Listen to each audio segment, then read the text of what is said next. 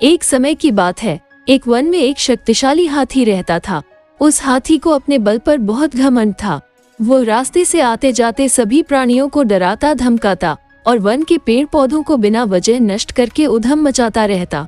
एक दिन उस हाथी ने रोज की तरह जंगल के सभी प्राणियों को सताना शुरू किया कि तभी अचानक आकाश में बिजली चमकी और मूसलाधार बारिश होने लगी।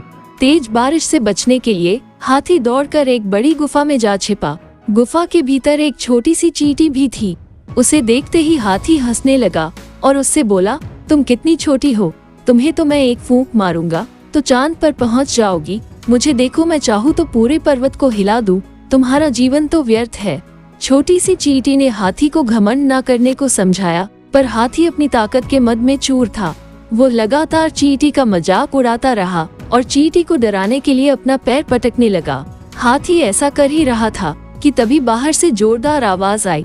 पैर पटकने की वजह से एक बड़ा सा पत्थर गुफा के दरवाजे पर आ गिरा। अब हाथी के होश उड़ गए। वो पत्थर हटाने के लिए आगे बढ़ा, पर अपनी पूरी ताकत लगाकर भी वो पत्थर को टस से मस नहीं कर पाया। बारिश रुकते ही चींटी बोली, देखो, तुम मेरे छोटे होने का मजाक उड़ा रहे थे, पर इस समय मैं अपने इसी छोटे आकार की वजह से ही इस गुफा से बाहर जिंदा जा सकती हूँ, लेकिन तुम नहीं। और इतना कहकर चींटी अपने रास्ते चल देती है। थोड़ी देर बाद चींटी जंगल में जाकर अन्य हाथियों को बुला लाती है और सब मिलकर गुफा के द्वार से पत्थर हटा देते हैं और उस हाथी को गुफा के बाहर निकाल देते हैं। हाथी निकलते ही चींटी से अपने व्यवहार के लिए क्षमा मांगता है और उसके प्राण बचाने के लिए धन्यवाद देता है।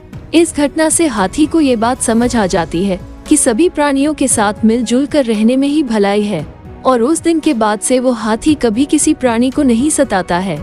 आपको दिखे या नहीं, लेकिन हर किसी में कुछ न कुछ गुण होता है। इसलिए यदि ईश्वर ने आपको कोई काबिलियत दी है तो कभी भी उस पर घमंड न करें। हर कोई किसी न किसी रूप में काबिल है।